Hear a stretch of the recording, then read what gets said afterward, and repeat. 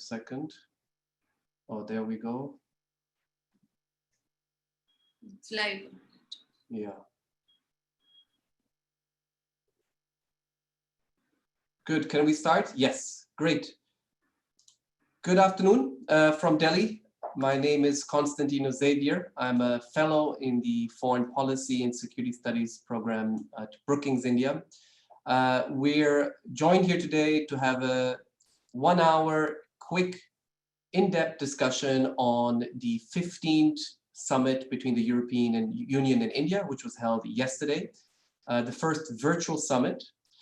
This was also the 20th anniversary of the first summit between the European Union and India, which was held in 2000 in Lisbon, and marked the beginning of a strategic partnership that has seen ups and downs over the last 20 years, that had a summit that was now delayed for 2 years, but that came out with a very interesting set of deliverables yesterday, which we're here to discuss today. The context obviously is extremely interesting. You having globally the COVID pandemic and the shadow of an economic recession kicking in India, possibly in many European countries too. You have a whole new trend of nationalism, economic introversion, self-reliance, populism. You have a European Union that lost one of its member states after Brexit, the United Kingdom. You have a new leadership in the European Union with a new commission headed by von der Leyen. In India, you have the second avatar of the Modi government, re-elected last year.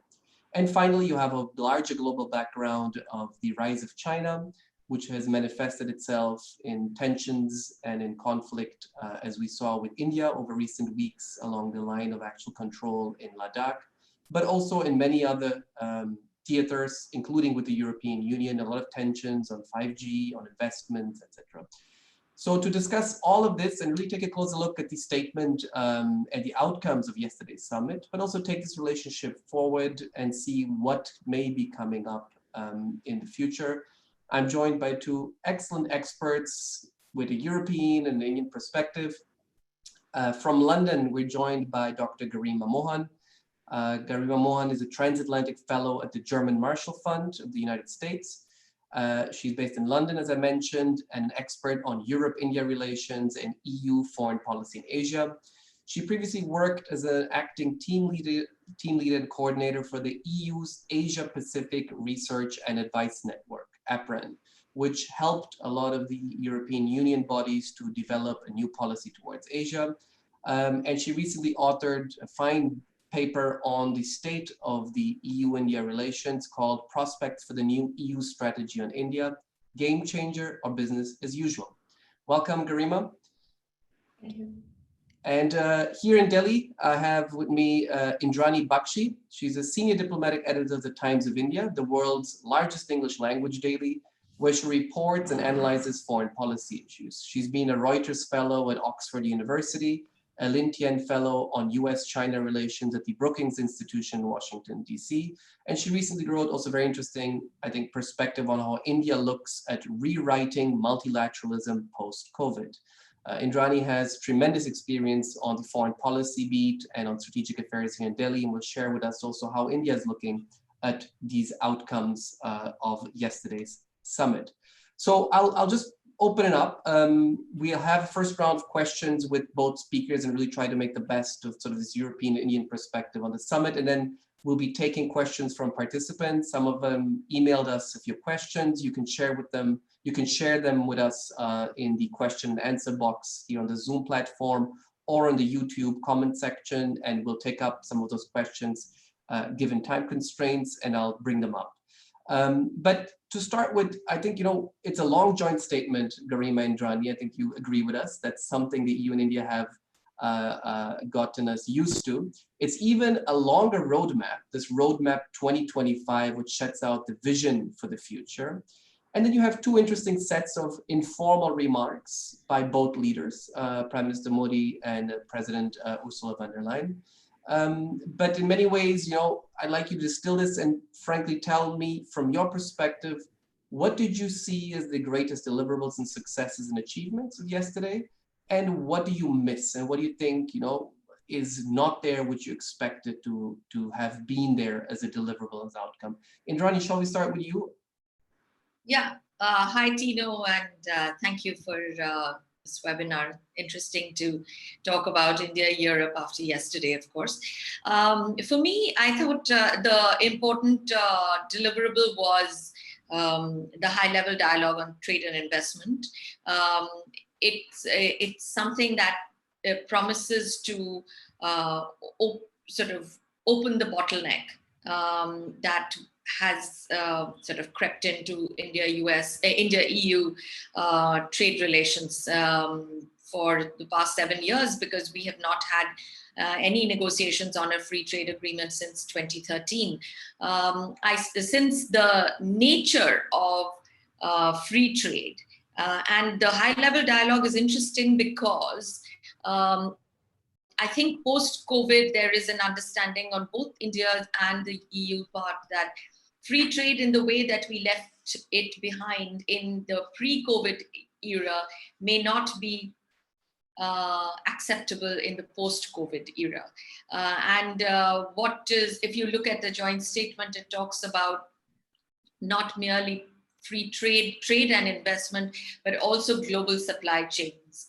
That is, for this present government, again, a post-COVID development, the idea of this Atmanirbhar Bharat, that segues quite neatly into this. I think the challenge for both governments would be to be able to marry trade with global supply chains, with a new trend of what I would call economic nationalism, for want of a better word. I think bringing all of these trends together to find a coherent discussion or to find coherent negotiations on a free trade agreement. And Ursula von der Leyen did speak about her ambitions for a broad and deep free trade agreement. So I think that was the most important deliverable. On this, Indrani, just a follow up. I mean, she actually says it's a deliverable for sure, and it will address, and I'm quoting her, multilateral issues, and it will look to advance towards both an investment protection and trade agreements. Absolutely. We want an ambitious trade agreement. Prime Minister Modi didn't mention this at all. I mean, this was... And that I think is still tells you how far the two sides still are on this issue of a trade agreement. Because I think the Indians had put out a model investment treaty text, which was not acceptable to the Europeans. So I think there will be a degree of compromise before we get to anything that resembles an ambitious trade agreement. Because I don't see the Modi government being really enthusiastic about free trade. I mean, we've seen over the past couple of years, we've seen the voices in this government, certainly since November 2019. I'm not so sure that free trade in the manner that existed earlier is coming back, certainly not with India. But to go back to your initial question, what surprised me was actually the civil nuclear agreement. Which was an interesting, again, after 13 years of negotiations, to have a civ nuke agreement between India and Europe is very interesting, because it actually looks at R&D in a whole set of sectors. We had almost forgotten our civ nuke agreements, which we sort of negotiated with so much enthusiasm from 2005 onwards. To see it coming back was actually interesting for me, as well as a joint working group on artificial intelligence and 5G. If nothing else, it told me that Huawei might take its marketing department elsewhere from India. So yes, I think these would be a couple of things that struck me initially. So on the nuclear energy research and development agreement and Euratom and the Indian side, it's a very different Europe that probably you covered 10 years ago, which was very reluctant, right, about the US-India nuclear deal, about the nuclear suppliers group. Yes. So is that the sense in Delhi that the Europe in that sense has come to terms with a de facto, Indian power that will, if needed, twist and bend the rules to be accepted, for example, in the various nuclear regimes? So, I mean, in 2008, in a sense, it was in the heart of Europe that they did actually bend the rules of the nuclear suppliers group to allow nuclear commerce for India. We are not in the nuclear suppliers group as a member for reasons known to everybody, and I don't think that's going to change in a hurry. But by using the window that was given as a as a country, A, as a de facto nuclear weapons country, B, as a country with advanced nuclear technologies, you can use all of this without a membership of the nuclear suppliers group, but use this with the waiver that the NSG has given to use nuclear for a whole lot of sectors. Good. And I think they mentioned many of them. Yeah, the so-called boring sectors that sometimes take a relationship forward in a much more sustainable way than the big announcements. Sure. Garima, up to you. Big pluses, big minuses. What did you like? What did you miss? Just to add to what Indrani said, so I think the high-level trade dialogue is an important deliverable. But in fact, I think we should have been a bit more ambitious on that. I mean, that is a basic deliverable that was necessary given the deep trade partnership between Europe and India and the concerns that were coming from the EU side. So I think it's good to see that, but I wish that there had been a little bit more put into that. But what was a good sort of surprise, not really a surprise, but what really takes the partnership forward and moves from what you were saying, a Europe of 10 years ago to Europe-India relations now, is on security, the maritime security dialogue, which is now formalized, but also a deeper security partnership that the EU is trying to test out with a few countries, Japan, South Korea, Vietnam, and India is one of them, on a number of issues, cyber, crisis prevention. I mean, these things we haven't really talked about it, mill-to-mill exchanges.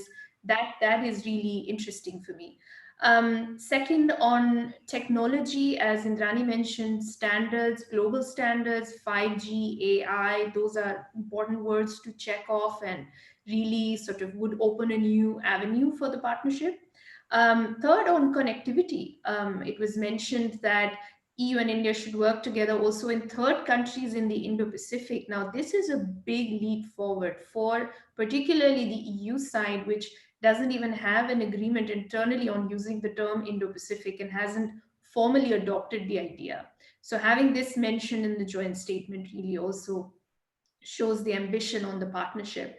And finally, what I found interesting, and maybe we can talk about that as well in a bit more detail, are the various references in the joint statement, but also in the sort of statements by the leaders on protecting a rules-based international order, multilateralism, working with India or different institutions, WHO, India's UNSC stint, like those references. Of course, this is a joint statement, so they'll be rather vague, but checking off this list was interesting, and I'd be curious to see how this develops from both Delhi and Brussels.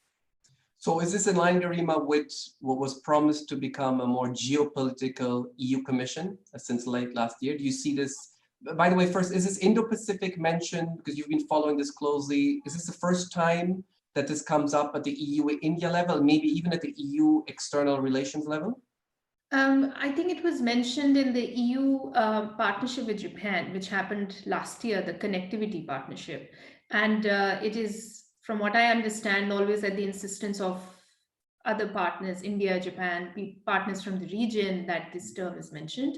But yeah, it has been mentioned before, and it shows, I think, the idea of having a geopolitical commission has taken a backseat given domestic crises and the corona response, of course. But it shows that the EU is willing to make the partnership with India more ambitious. How it translates into practice is something to be seen. But at least in terms of what is mentioned in the joint statement, in terms of rhetoric, I thought it plays into the idea that von der Leyen says that she wants this commission to be more geopolitical, taking more charge. It's also interesting how this plays into the EU-China summit that just happened previously, but we can, of course, talk about that later. So on this, I mean, this Indo-Pacific term, if you want, is as a signal of, you know, European Union's perception of self-role in the world. Does this reluctance, you mentioned the Japanese push for it, probably India pushed for it yesterday, and that's why it shows up in the roadmap in a very small paragraph, right? But does that reflect the hesitations in Brussels to actually become more geopolitical and to become a real player in Asia? Because, I mean, we saw Charles Michel saying, right, that we want the EU to play a larger role in the region in Asia. But those are words. But if you don't put them into paper and if you don't follow them up with actions, do you see a lot of reluctance, hesitations, debates in Europe still? I think there are two separate points on that. So, on the use of the term Indo-Pacific, there is definitely reluctance because European countries, capitals have come a long way in the last 2 years in understanding what this concept even means, going from a confusion about nomenclature and borders to understanding how this is being translated. So, the reluctance in using the term is, I think, mostly a bureaucratic process, a technical delay as EU countries sort of come to terms with it internally and in Brussels. But Europe having a larger role in Asia, that is something that has been going on for the last 2 years. There has been a push towards, there was these council conclusions for greater security cooperation with and in Asia. We saw Charles Michel yesterday say that Europe wants to take a greater role in the region. Borrell said earlier that a strategy on China will not be complete without working with other Asian democracies. So we've been getting, a lot of signals from Brussels that Asia is important, that they cannot ignore the region, and Europe wants to play a larger role. Given that for a lot of European export-focused economies, Asia Pacific or Indo-Pacific is the second largest market outside of Europe. All the exports are transiting through critical maritime lanes. So that understanding is definitely there. How is implemented is taking different forms. The security partnership that I mentioned, that India is a part of with Japan, South Korea, Vietnam, that is one initiative that the EU is taking. Connectivity is another initiative that they want to engage with Asia more. So I see Asia focused a lot in European debates. Even the last 2 months, we've seen summits with Japan, China, India. So the debate about Europe's role in the region is definitely picking up. And the debate about India in that role, Garima, if you could tell us, I mean, there's a high regard for India, tremendous potential. The summit yesterday speaks to that importance, right? The statements were clear. We didn't have the reluctance about India that sometimes in the past we've seen. But there's also a sense of disappointment sometimes about India in Brussels. You tell us a bit about that. I remember the connectivity strategy announcement last year. Big event for the EU and connectivity is really the new game, right? I mean, it's an important issue as a response to the Belt and Road Initiative. And India didn't send a proper representation, for example, or was not properly represented, or was promised a minister. But if you could tell us a bit, is there a sense in Brussels? I sense it sometimes, but if you could tell us more about it, that we want to work more with India, but we can't really find a way. I mean, so the enthusiasm about India in Brussels, I think that fact needs to be underlined because a lot of people in Delhi don't really see it. There is a lot of enthusiasm around India in Europe in general. This has been increasing in tandem with the partnership with China souring and not really delivering. We see that in the joint statement yesterday, and also the number of issues and how they responded both in the press conference on the importance of India when they were asked whether it is an important partner. The EU strategy from 2018, that is a new strategy on India, really shows this development from seeing India as a sort of peripheral player to being a central partner, central strategic partner for EU's sort of foreign relations. So we've seen that.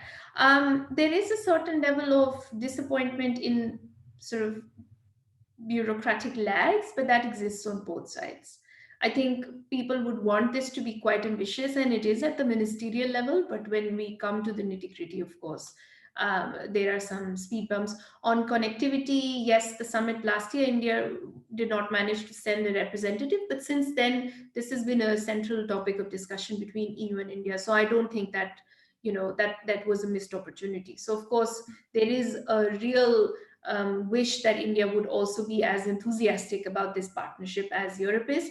I don't want to exaggerate it too much. Of course, there is sort of outside of the government institutions in Paris, in Berlin, in Brussels, there's still relatively low visibility. Not so much in Paris, but definitely Berlin, Brussels. Low visibility for India, little understanding of South Asian politics. The border crisis is one example where it was very difficult because there are not so many analysts to understand what's going on in this critical, sort of slightly confusing topographical area. But overall, I think the debate has turned a page on India and Europe. Indrani, here, vice versa in Delhi, there's many Europes out there, right? There's the European Union in Brussels, which has been misunderstood, I say sometimes neglected even up to the 2000s. I think now this relationship is on a much stronger footing, but you have Paris, you have Berlin, you have London out now, but not really out. If you could just walk us through a bit how people here in the strategic affairs community, but also in government, look at balancing these many Europes, right? Brussels, but also what does France bring to the table? What does Germany bring to the table or not? And the UK, what role does it still play in this larger Europe policy here in Delhi? So until a few years ago, India did not take EU seriously. I mean, the Indian relationship to Europe was India, France, India, UK, India, Germany. And it was not India, EU. There was a general disdain about Brussels in India. And it translated with a couple of things. One, that they could not get a trade relationship, a trade agreement going, although they have a very robust trade relationship. They could not get the Europeans to understand the granularity of India's growth and India's aspirations.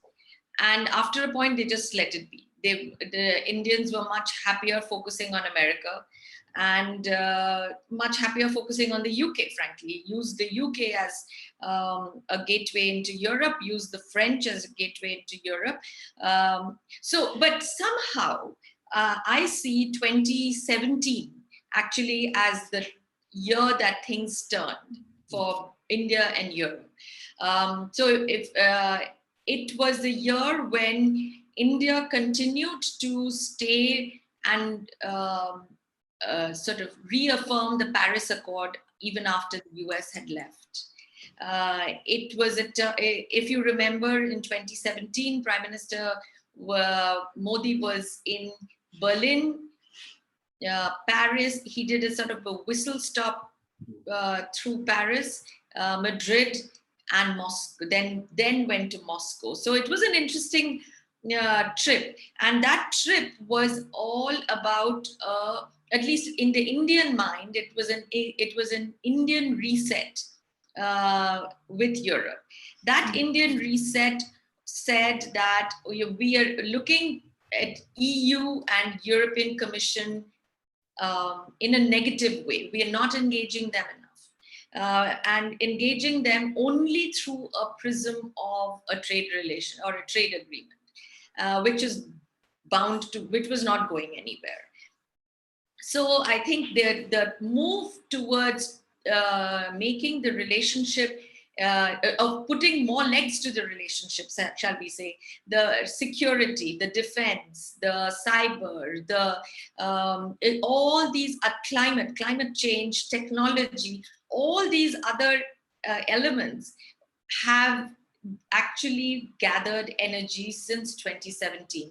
And if you see the nature of the engagement by the Indian system, you have a certain kind of engagement with the Nordics. You have a certain kind of engagement with, say, the Visegrad countries, certain kind of engagement with Eastern Europe. It was actually interesting that the foreign minister would make one of his first trips to Serbia, which was so yes. And of course they're trying to disentangle the India-UK relationship from the India-Europe relationship, and that's going to be a little bit of it's going to take a little bit of doing. I think what you're seeing today, and if you see the joint statement and if you see the roadmap, it incorporates these new elements. Connectivity, as Garima very correctly pointed out, connectivity, but is a new construct in the India-Europe relationship. And you see the words that accompanied the line on connectivity, the rules-based, sustainable, etc. These are lines that we have been using since the day we refused to join the BRI forum in May 2017. Using what the current foreign minister here in India, Joy Shankar, said, comfort is the new commitment. When someone asked him, indeed. And actually, would Europe? Yeah, so you see, I'd say that one of the things that the summit did was to sort of untangle two problem areas. One was the trade and investment area. The second was the human rights dialogue. And I think Garima pointed out that there was a human rights dialogue which really never went anywhere because nobody met. But I think there is a recognition, and I'd say that is post August 5, 2019, a recognition that you need to address this constituency or this sort of opinion in Europe and probably in the US. The fact that you have a story to tell which is not negative, or rather, at least for the government, they believe that is not negative, that there is a lot of misunderstanding about human rights issues, and that you don't want to be clubbed with China on human rights issues. So that the fact that you start a dialogue also means that it gives the Europeans a platform to discuss this, rather than put it out in the European Parliament, which then brings public pressure on the Indian government, and it all becomes very unpleasant. Which we saw last year, Yeah, we did see that last year, and I think they did take some lessons from that, and figured that they could do better. They could do this better. They could address these issues better. They could address these constituencies better, being a little more open in these dialogue forums. Otherwise, you're on a constant diplomatic battle, using up a lot of political capital for forums like UNHRC, etc., which I don't think works very well for an Indian system that is so constrained in terms of resources. So that I thought was an interesting part of the. But yes, so what I see is the relationship is moving towards more security, more emerging technologies, more climate change, more technology per se, best practices. I mean, India takes a lot of its standards from Europe. I mean, the Bharat stage, the auto emission standards being one. A lot of climate change technology, a lot of climate change best practices the Indians would be soliciting from Europe. So come on this, Garima, actually a question from Dr. Suman Berry at the Bruegel Institute. He had actually one on human rights, and Rani, you just replied to it, I think, very cogently. And this finding a way to deal, he asked, did human rights feature in the statement? They did, but in a very sort of nuanced, diplomatic way, boxing them into this new dialogue. And I would say in many ways, the whole post-Kashmir issue, Article 370, you know, is the dog that didn't bark yesterday. You know, we would have expected much more. In fact, Charles Michel actually says, we trust Indian institutions in dealing with this. That's a pretty strong statement from the leadership of the European Union. But Garima, we'll come to the big China geostrategy. I know both of you have a lot to share on that, a larger geostrategic context, but please bear with me a bit more on this EU-India narrow level. Garima, another question from Suman Berry is, will the Green New Deal, the European Union's Green New Deal, possibly, and the commitment to a carbon border adjustment tax torpedo a trade agreement? Let me extend this question broadly. I know this is maybe something very specifically, I'm not sure you follow very closely, none of us, but I'm sure you follow the whole debate about the terms, the normative terms on sustainable development goals, on labor rights, on climate issues that the EU pushes and, you know, puts on to these trade deals and any economic engagement with other partners. Is this going to be a stumbling block for the EU-India as we go forward? And actually, if you see it, Ursula von der Leyen's statements yesterday, again, she emphasizes, no news from the Indian side, but she says a climate change, a climate dialogue as a major deliverable, and it's a very important outcome and of sort of pillar of the future EU-India relation. Yeah, so before I go to that question, just to say what Indrani was saying before, like the depth of the relationship, I find that in many ways, Delhi has found the issues that they want to talk to Brussels about. Before, there was no clue beyond the sort of trade agreement. Now there is an understanding, a beginning of an understanding as to where Brussels can deliver. And then coming on to the trade agreement, yes, I mean, of course, these standards on climate change, labor, etc., they are central to any EU foreign FTA. And that is why these FTAs are incredibly hard to negotiate. But if other countries have done it, Vietnam has done it, Singapore, Japan, all of these countries have done it, I'm sure we can find ways of compromise with the situation that we are in now, overall sluggish economic growth globally and the corona crisis, supply chains. I think that this could be an opportunity for both sides to shift their red lines a little bit around the agreement. I feel that the agreement as it was in its previous form will not stand now at all. I think in many ways we might have to start from scratch, which again is a long process, but this is what we'll have to do. I mean, the world has changed. And maybe that would mean that also the red lines both parties have around this would also change, or we have to have a whole new conversation. Garima, then on the other sort of issues that come up, climate change dialogue we just discussed, but Ursula von der Leyen also speaks about convergence of data protection standards, 2, a dialogue on trustworthy artificial intelligence, right? And it's a very strong word, the trustworthy, I take a normative word again. And 3rd, global standards for 5G. These are 3 very concrete, strong agendas for the EU-India partnership. Do you see Delhi, picking this up and being interested in pushing this further?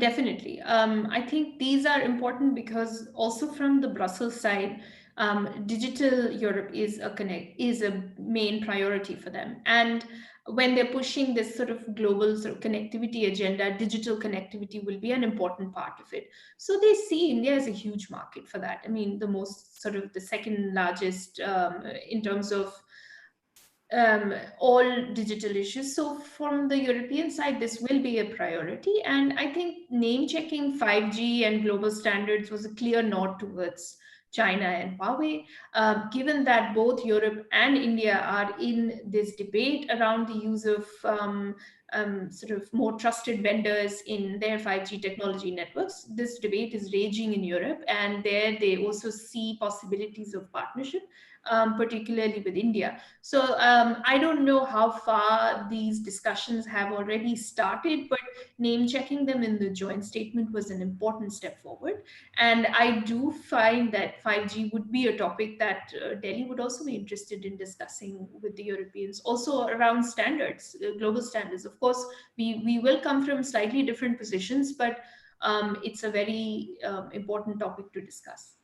So here, do you agree that these shared values that again made a big appearance yesterday, in fact, in Prime Minister Modi's statement, even more than on the European side, do they play a role, or do we have to be cynic about this? I mean, are these two partners more comfortable than with China? I mean, that's what Ursula von der Leyen actually said. She said the relationships are all transactional. That was the subtext, I think, of what you were saying. But the difference with India is that we share values and we have common values, suggesting that it makes it easier to at least find some type of dialogue and compromise and looking at these issues of privacy, data privacy, even human rights, civic rights, from a more substantive way.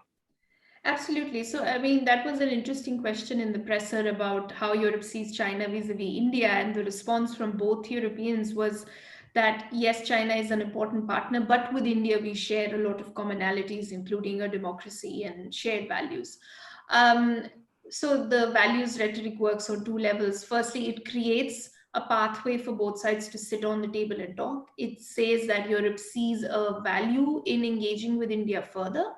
How far does it translate? Of course, there's where we hit into stumbling blocks. Whenever we start talking about the details, then of course, even multilateralism, for example, the way EU defines multilateralism and the way we in India see it in terms of, like coalitions of like-minded partners versus the EU probably looking at old institutions that exist. So when it comes, yes, we agree on a lot of things, but when it comes to implementing, there are differences. But at least we have enough to bring to the table, and at least there is a strong indication from Brussels to say we are looking for like-minded partners, and India is one. Got it. Good. That's an answer to Akhilesh Upadhyay, who sent in a question exactly about this from Nepal. He was asking, does democratic India make it really a more important long-term partner for the EU? Indrani, we'll have 20 more minutes, so we'll go to a rapid fire, both of you. We have great questions lined up, but I have one more question for you from my side. And, for 20 years, we've seen statements speaking about two words between the EU and India. They always show up: multilateralism and multipolarity. Yesterday, I didn't see any multipolarity in it. I don't know if any of you saw it, but actually I looked for it. I couldn't find multipolar for the first time, maybe, or for a long time. If you could just think of why, or is it just, could be just a lapse, but isn't it ironic that as we approach a more multipolar world than ever, or at least the EU and India are working towards that, it doesn't show up?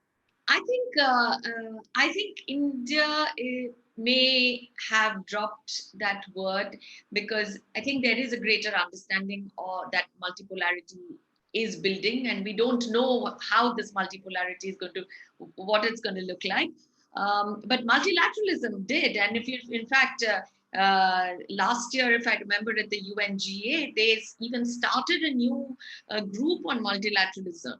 And although if you just go by what people say and how people and what the geopolitics of a post-COVID world looks like, multilateralism itself is going through a bit of a redefinition, if you ask me, or rather, a reframing. What are the new institutions that would take multilateralism forward? I don't know. I don't know whether India is that invested in a UN Security Council that does not have India in it, or however, India wants the WTO to remain in the place that it used to be. So I think the which institution stays and which institution goes, I think that itself could provide a much more interesting debate going forward. So yes, it is interesting that multipolarity wasn't there, but I think just the idea of multilateralism itself, will keep many foreign office bureaucrats busy for a while. Absolutely. This alliance for multilateralism you mentioned, this Franco-German initiative, has had a surprisingly positive response from India. That's what many European officials have shared with me also. Like, it was not an expectation, but it's in many ways, maybe the paradox is as the world becomes more multipolar and we're going through this disruption, there's a great investment now from India in crafting, as we say, new initiatives, multilateral, flexible, institutional initiatives. The UN and WTO actually show up in the statement yesterday. I guess the WTO mostly at European behest. but the UN in particular has, as we see with the WHO and many other initiatives, is coming under a lot of stress. And sometimes you value things which only when you stop taking them for granted. And maybe that's the case for both the European India and India in particular. Let's come to the big question, Garima. We've waited for 40 minutes and let's do this now. This is a question from Professor Balvira Arora. Did China figure in the talks? A very simple question from Professor Arora, JNU. If you could tell us how China implicitly, assumingly, not explicitly, figured in these talks. I'll take this question slightly differently. Of course, China figured in the talks. All the points that we hit on in terms of takeaways have a China angle. I would like to talk a little bit about Europe, China, and how sometimes I feel that in New Delhi, the relationship with Brussels is measured according to how Brussels reacts to China.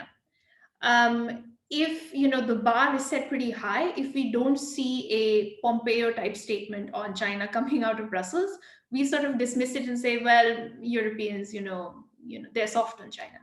But I think there needs to be a better understanding of the nuances of the China debate in Europe, which has clearly shifted. For many reasons, I think, particularly on economic engagement, but after Corona, there is a different understanding of China as an international actor, and that it cannot be trusted as a crisis actor. In Brussels, we have a number of issues that are China related now, not just on investments, state-owned enterprises, subsidies, which is a very technical European competence, but also on disinformation, clubbing China and Russia together as threats to European unity, looking at the role of China in international institutions, even trying now there is a possibility of a US-Europe dialogue, but only on China, which was announced by Secretary Pompeo before. So I think there is a difference. In India, we only look at, we have, of course, Chancellor Merkel, who's a bit of an outlier in this debate. Attitudes in Europe are shifting from economic engagement with China is enough to saying that, no, we need to check Chinese influence at several levels. I think Chancellor Merkel and the German position is a bit of an outlier. So the debate on China in Europe has changed, and there are many concerns that India and China share.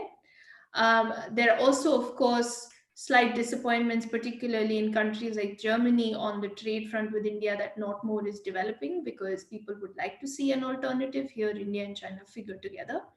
But the idea of trying to work with like-minded partners like India, working with like-minded democracies, EU and Australia working together on sort of the resolutions around the origins of coronavirus. There's several examples of Europe trying to reach out to like-minded partners, caused on the one hand with a deteriorating relationship with China, on the other hand with transatlantic tensions. So there are lots of things that we can work on together on this issue, both India and Europe, but it has to be understood that India and Europe will never have a perfect alignment on China. As I mentioned in my article yesterday, it will be an imperfect alignment, but we can work on together. And tying it back to the summit, you see that China is figuring in every single one of these issues, from 5G, connectivity, rules-based order, security in the Indian Ocean. Where is a non-China angle in this, right? Like, you would be hard-pressed to find a topic which is not directly or indirectly linked. Question from Ambassador Suresh Goyal, therefore I assume your answer. His question is there really coincidence of views regarding China as a security threat among the EU, India, but also the US? I assume you're saying no, there's not a perfect coincidence of views, but there is a convergence probably. I mean, I think there is a bigger convergence on the understanding of China as an actor in global politics. China is a security threat. Of course, we have a territorial threat in India from China. Europe does not face the same pressures, right? So there is, of course, the threat perception in terms of security is different, but even that we see changing. If you speak to the German Ministry of Defense now, they issued last year that they'll have a new frigate, they'll deploy it in the Indian Ocean, they will send it to IONS and RIMPAC and port calls, and the Indian Ocean is important. Why? Because they also see a certain level of, Chinese engagement in the Indian Ocean as a threat. We will never speak in the same language about China as a security threat, but we have enough convergence to work on when it comes to the understanding of China as an international actor. Indrani, let's go to the questions which are coming in, and please very briefly for both of you from now onwards, so we can take several quick questions and different interesting topics that are coming in. Indrani, for you, from Johannes Allefeld, does India also experience disinformation activities on social media by China and Russia interfering with elections, with the media, etc.? And you see cooperation to exchange, a dialogue between the EU and India on these, he says Chinese, but also Russian. That shows you the salience of Russia, of course, in Europe, which probably doesn't exist here in Delhi. Well, not in the way that, say, Western countries are affected by China and Russia. We do not have that kind of, say, political disinformation on social media from external actors. We have enough internally. I mean, there is more, there's more internal disinformation on social media in India than any external. And anyway, which external actor would be able to make sense of Indian politics? But that apart, but yes, the beginnings of, and you can see that in the concern that I have heard cyber officials talk about on, say, something called the UC browser, which you get like a Google phone, like Android phones come with an Android browser. Chinese phones come with a UC browser. And I have heard cyber officials talk about how their algorithm is tailored so that news about China literally shows up at the top. In fact, if I'm not mistaken, that was one of the 59. That's one of the apps. That's one of the, yes. And TikTok, of course, is not. TikTok is much more than a song and dance app. The Indian system sees it very much as a way of mining data from Indian users, and there are over 300 million Indian users, and have expressed concerns about apps like TikTok with China's military civil fusion programs. And this actually, it took the Galwan clashes to put this ban in place. But the cyber system has been raising red flags about a number of Chinese apps for a couple of years now. So yes. Good. So that's the nature of disinformation is, yeah. Another question for you, Indrani, probably, given this agreement yesterday that there will be work towards an MOU between Europol, European Police, Integrated Police, and CBI on terror threats. There's a question from Professor Rajiv Kumar at Mahatma Gandhi Central University. He's asking, does the growing terrorist threat in Europe and in India, will this lead to greater security, military intelligence cooperation between EU and India? I would imagine so. I think Europe is a newer entrant to the world of international terror. And we've been dealing with it for many more years, and I think the convergences or the cooperation, if you will, is would be mainly information sharing on transnational groups, because between money laundering, if you just see the range of issues that we deal with at the FATF, you could see where Europe and India would find common ground to address terror. Garima, for you, Pascaline Vinand from the College of Europe in Warsaw, she asks, what do you think of the progress made in terms of development cooperation between the EU and India? I think we spoke about this third country cooperation showing up again between the EU and India. You've done a lot of work on Africa and the Indian Ocean region. I remember a recent paper by the Swedish Institute for International Affairs making the case for greater security cooperation, but also developmental cooperation between the EU and India in Africa as a common neighborhood. If you could reply to this question, please.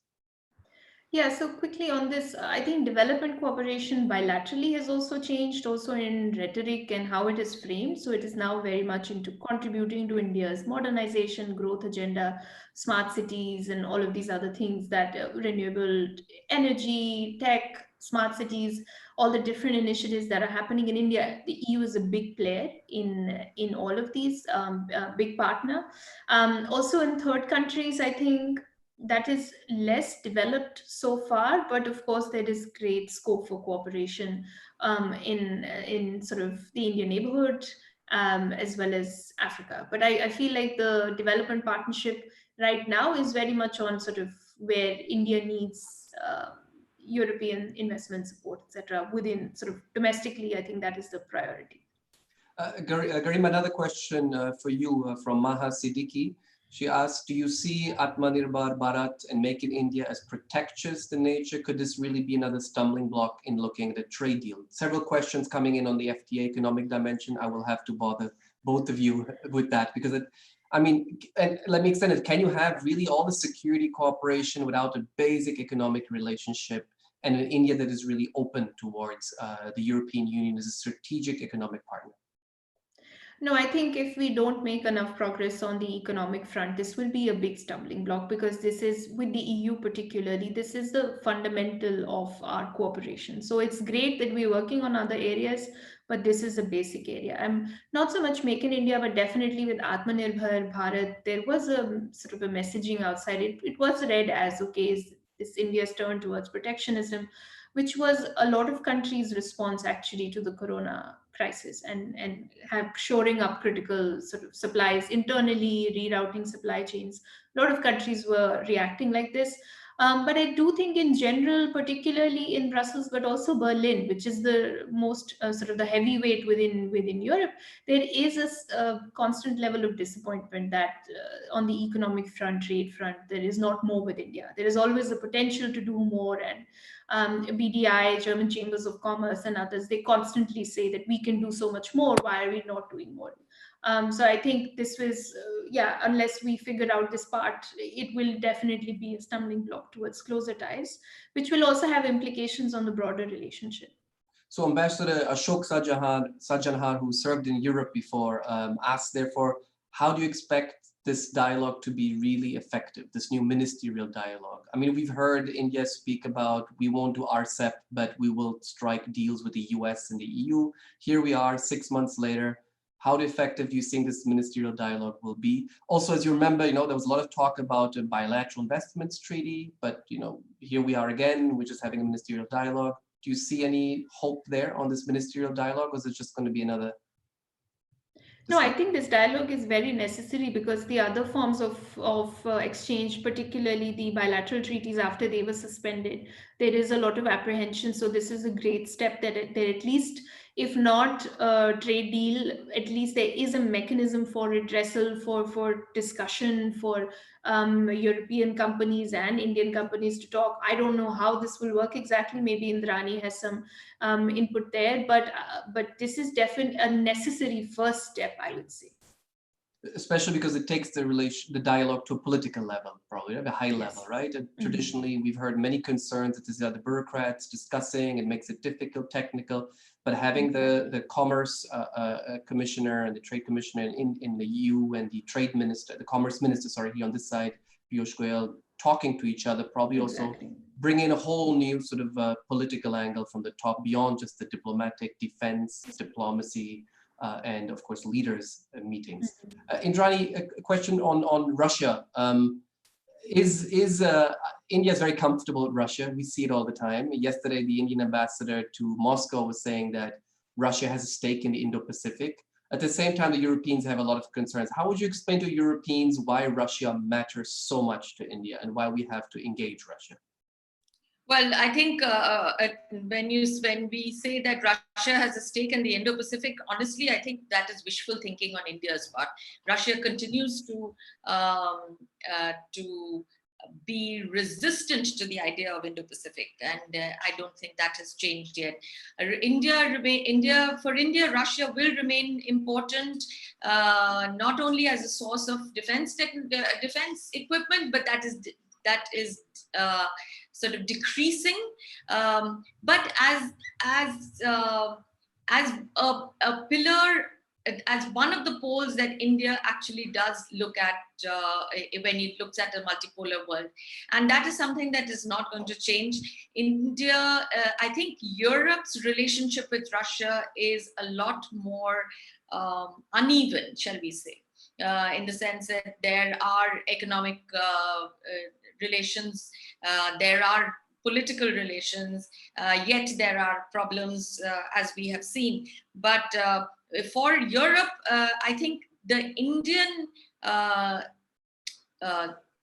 friendship with Russia might make it easier for them to deal with Russia, or might make it easier for them to understand Russia, probably not deal with Russia in the way Russia wants to be dealt with. Another provocative question for you, Indrani, from Sujit Samadar.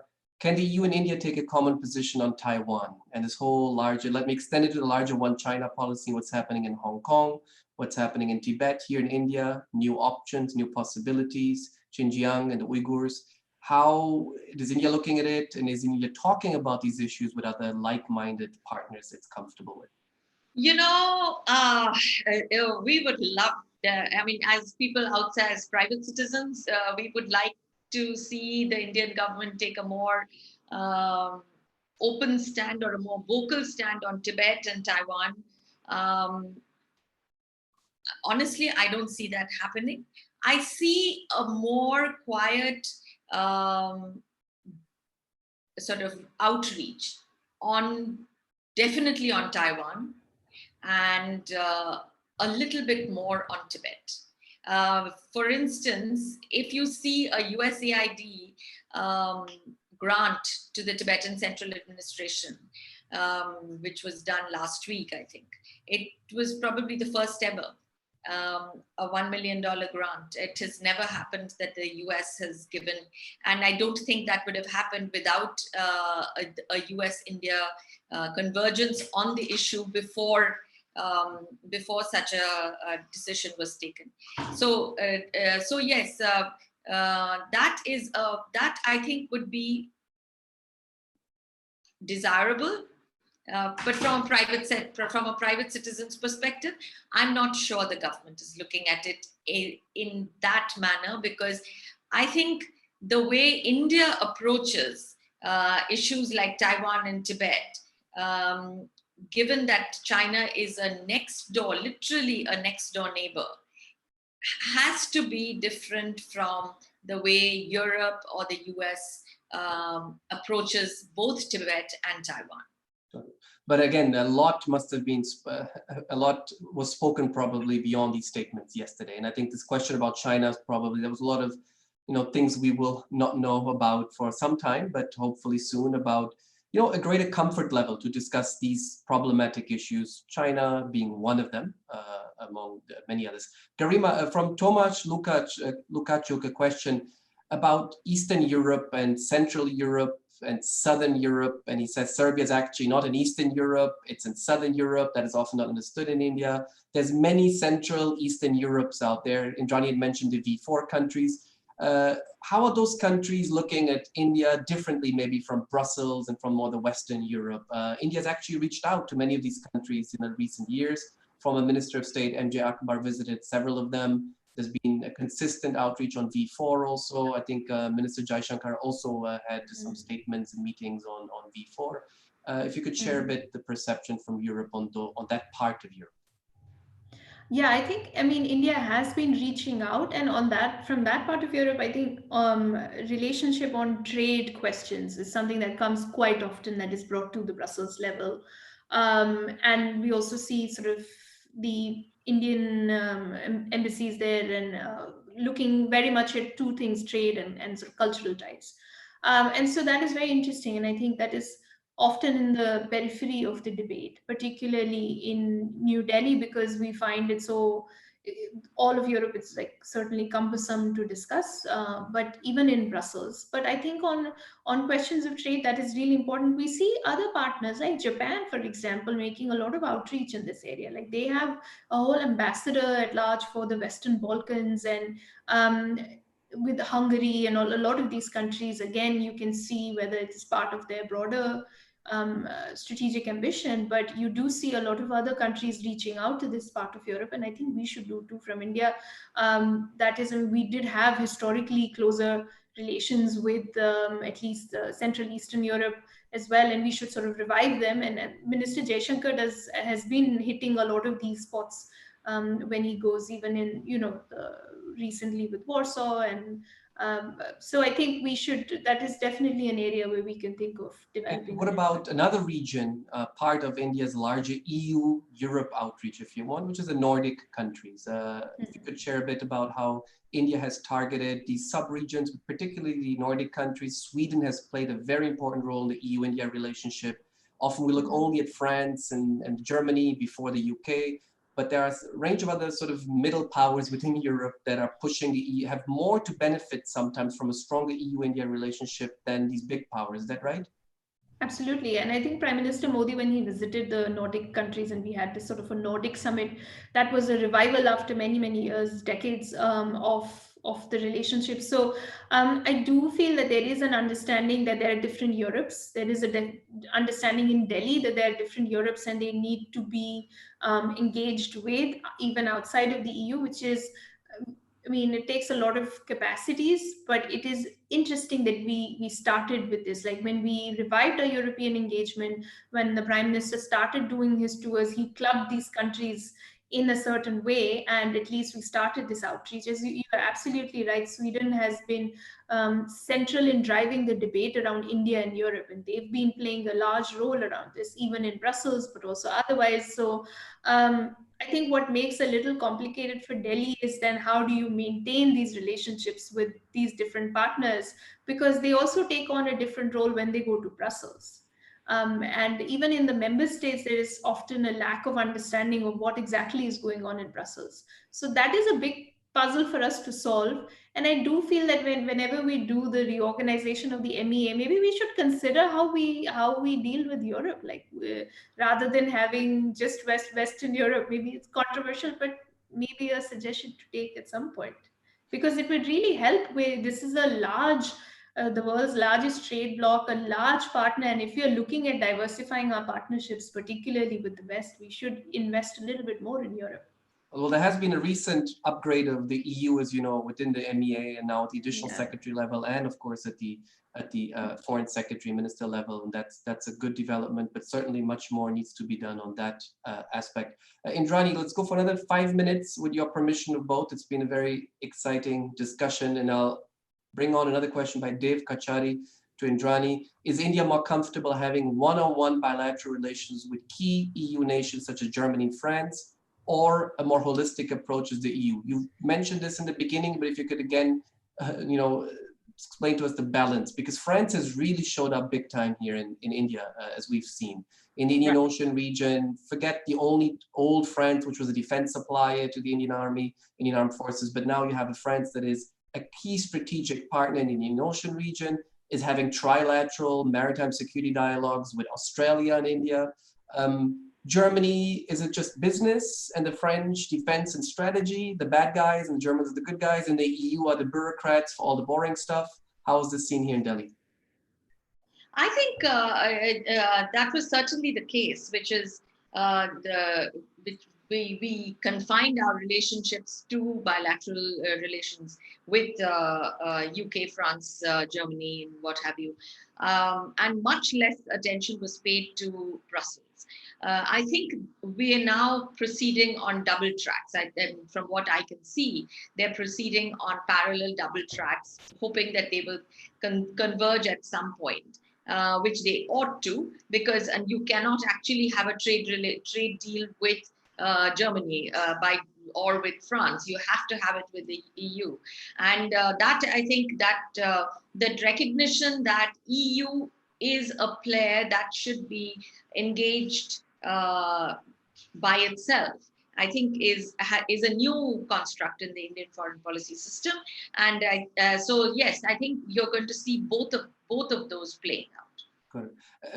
A personal question to you, Garima, from Sita Sharma, who works at the International Labour Organization here. I'm making it personal, but don't get nervous. Do you see change in the role of the diaspora as non-state actors in influencing the partnership?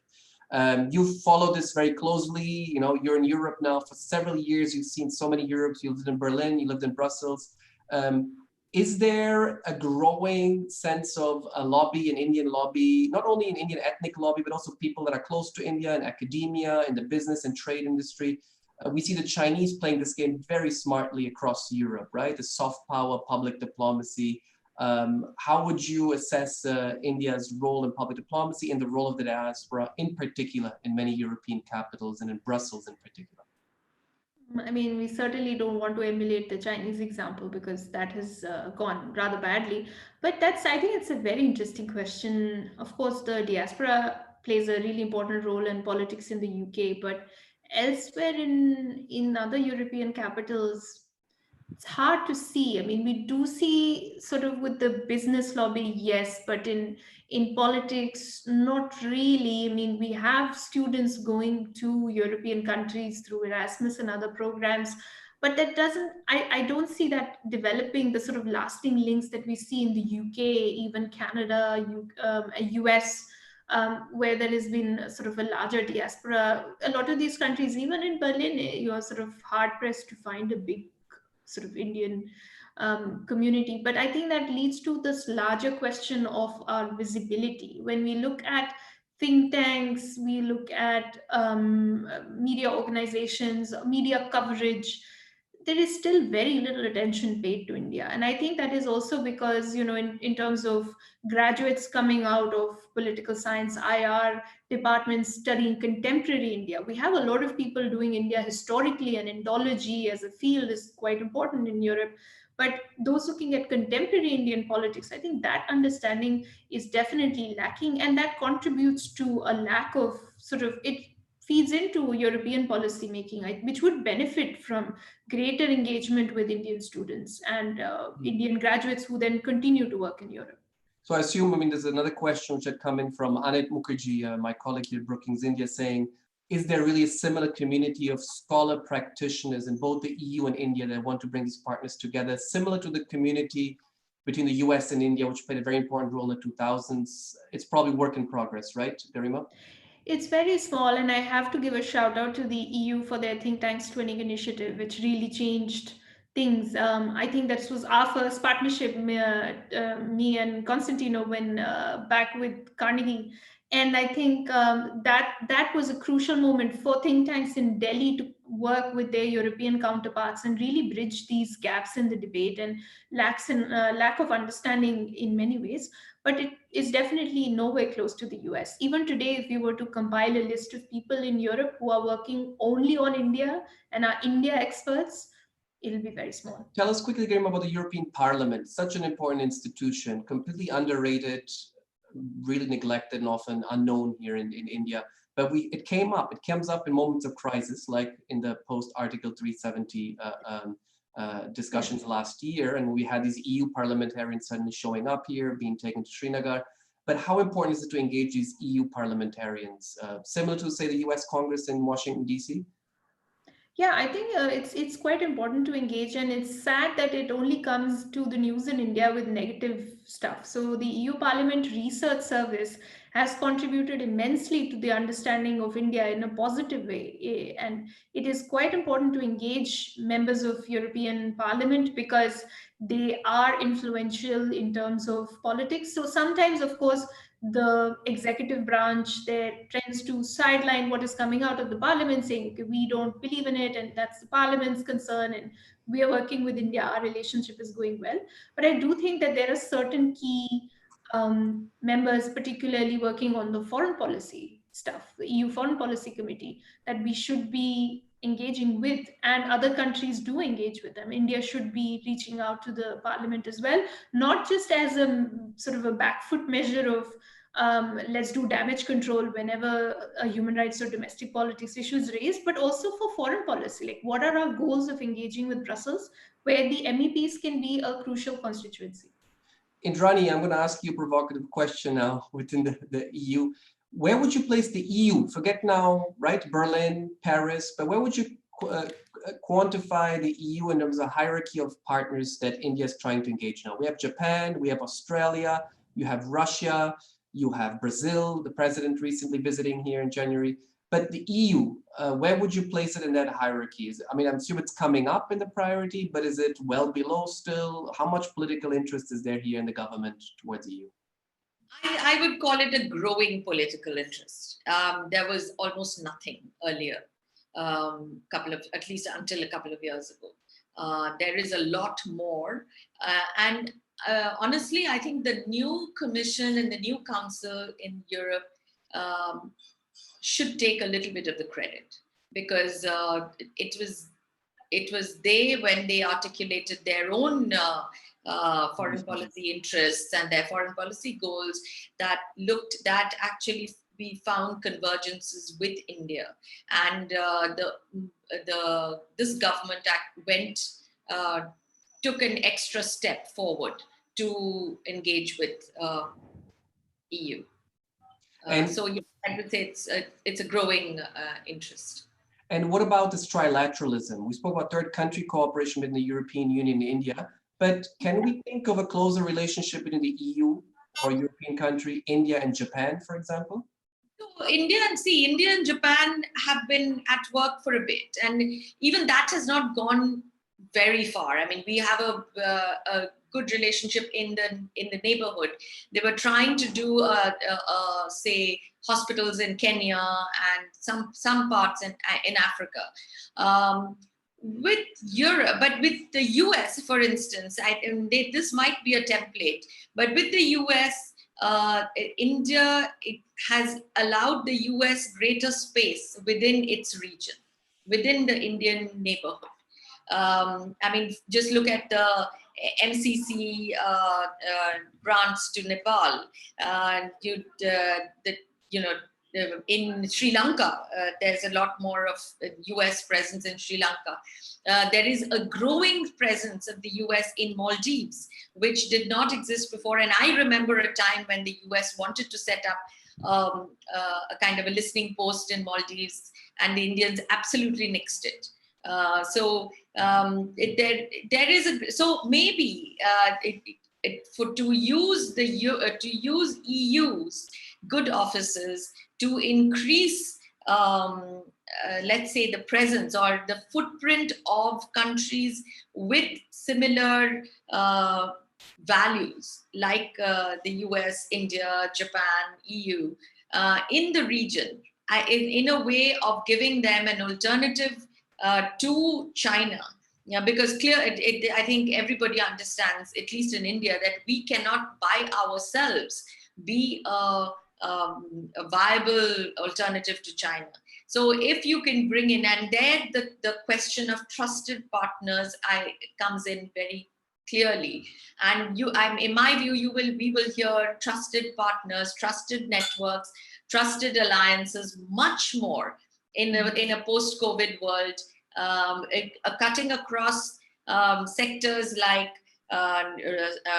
value chains, supply chains, trusted networks for technologies, trusted networks for development cooperation, and trusted networks for third country cooperation. I think we would be seeing more and more of those, which actually then redefines your previous question of multilateralism, which would be maybe a series of I look at it as much smaller, the new multilateral order as much smaller, but more diverse groups of smaller countries, trusted, this whole trust as a part of foreign policy. I did not see this before COVID, but I see more and more of this. Issue-based coalitions of the willing, in the words, think of the coalitions of the willing.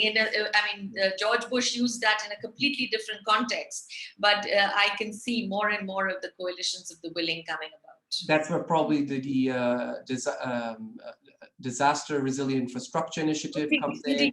The International Solar Alliance, where we see actually European Union, India, and various European partners in India really hitting off the ground in a very positive way. One last thing, Indrani, to you, I think the reverse question I asked to Garima. The Germans, I think, are holding now the baton of the presidency of the European Union. The Portuguese are doing it over the next semester, early 2021. But overall, the EU, what would you think would be more beneficial for the EU to do here in terms of outreach in India? Really the EU flag and flying it, and what can be done more? Students is what I always say. I mean, it's almost untapped. This whole connect between young people, the connect between, say, startups, the kind of stuff that India does with, say, Israel or with the US. There is a lot of space for that, and I think if you bring it down to younger people, these are investments, and these investments always pay off. Great. On that very optimistic and strategic and future-oriented perspective of education, really is a pillar, is a strategic pillar of two like-minded partners getting closer to each other, because these are really going to be the future pillars of the relationship. Science and technology, we see a lot of that. Those are the issues often that don't come up in these discussions, but I'm glad you brought it up and we discussed it a bit today, because in many ways, I can think of the US-India relationship in the 2000s. The nuclear deal was a trust-building mechanism, but in the end, what took the relationship forward was education, science and technology, energy. Those issue areas often get, neglected, but they are really what takes a relationship forward.